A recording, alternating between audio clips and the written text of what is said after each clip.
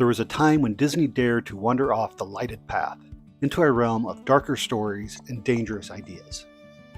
They called it Hollywood Pictures, but time buried these celluloid treasures beneath the streaming sands. Now, we dig them up one forgotten reel at a time.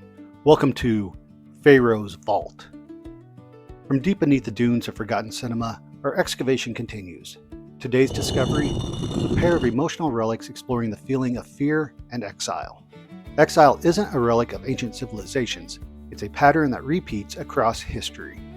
Exile for belief, exile for simply being different. And through exile, we learn who we are as a people, and who we decide doesn't belong.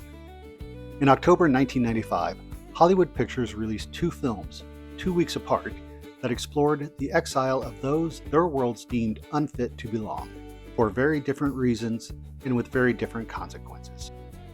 October 13th brought an adaptation that high school juniors everywhere thought might save them a book report, until they discovered the movie and the novel part ways around page 2. Demi Moore and Gary Oldman star in a film that shares a title with Nathaniel Hawthorne's classic, but treats it more like a suggestion. Hester Prynne arrives in Boston to prepare a home for her husband, who is expected to follow sometime later. On her way to church, her carriage gets stuck in the mud and is freed by new minister Arthur Dimmesdale. Reports soon come that Hester's husband has been killed. Arthur becomes support for Hester. Support becomes comfort, comfort becomes intimacy, intimacy becomes a child. After learning of her pregnancy, and even though she believed her husband was dead, Hester is convicted of adultery and forced to wear a red A, or a Scarlet Letter, if you will. Her punishment also includes being followed by a drummer boy playing the Rat song, which is a choice. But humor aside, Hester's exile is built on dogma. The patriarchal leaders of the Puritan settlement demand order. The villagers demanded purity. The judges demanded obedience. There is no reasoning, there is no mercy, there is only the ritual of public shame. And while this adaptation takes plenty of creative liberties, its thematic core remains clear. When morality becomes theater, someone always gets pushed outside the walls. Exile as punishment is one thing. Exile as fear is another. Whenever we're confronted with someone who looks different from ourselves, there can be an instinctive impulse towards suspicion. Powder builds its entire story around that instinct and the damage it does. Jeremy Powder Reed, played by Sean Patrick Flanery, is a highly intelligent, soft-spoken teenager born with no pigmentation or hair.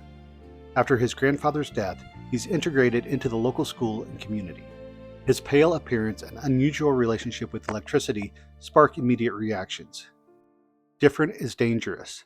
Different is wrong. Different must be removed. Powder isn't exiled for his actions, he's exiled for his existence. Every time he tries to connect, it only widens the divide between how he experiences the world and how terrified others are of that difference. And while the film's execution is uneven, its thematic pulse is unmistakable. We exile what we don't understand, sometimes violently, sometimes quietly, but always at a cost. Before we close the tomb on this pair of exiled souls, let's take a quick stop into the Cinematic Exile Hall of Fame, a collection of characters who, like Hester Prynne and Powder, were misunderstood long before Hollywood Pictures ever gave it a try. First inductee, Rudolph the Red-Nosed Reindeer. We all know he wasn't allowed to play any reindeer games. Why? Just because he had a glowing nose? Like Powder, Rudolph learns the thing that makes you different might actually make you shine. Our second inductee is Frankenstein's monster. Built with compassion in his heart and met with torches anyway. Cinema's original, different must be destroyed, protagonist. Though, to be fair, a stitched-together reanimated creature in any neighborhood would most likely cause a bit of panic. Next up, Edward Scissorhands, who shows that even in a neighborhood where everyone and everything has a bit of an oddity, there are limits to how much different is accepted. And finally, Elphaba from Wicked, misunderstood, mislabeled, and mythologized. Proof that sometimes exile isn't about who you are, but who people need you to be in their story. Now, back to our relics from 1995. So what did these two films, one historical, one supernatural, reveal about exile? Both relics remind us exile is rarely about the banished. It's more about the people doing the banishing. These relics try, sometimes boldly and sometimes clumsily, to ask the same question. What do we do with people who don't fit our world? Cinema's history is buried deep, and we'll keep digging. But for now, the vault is closed.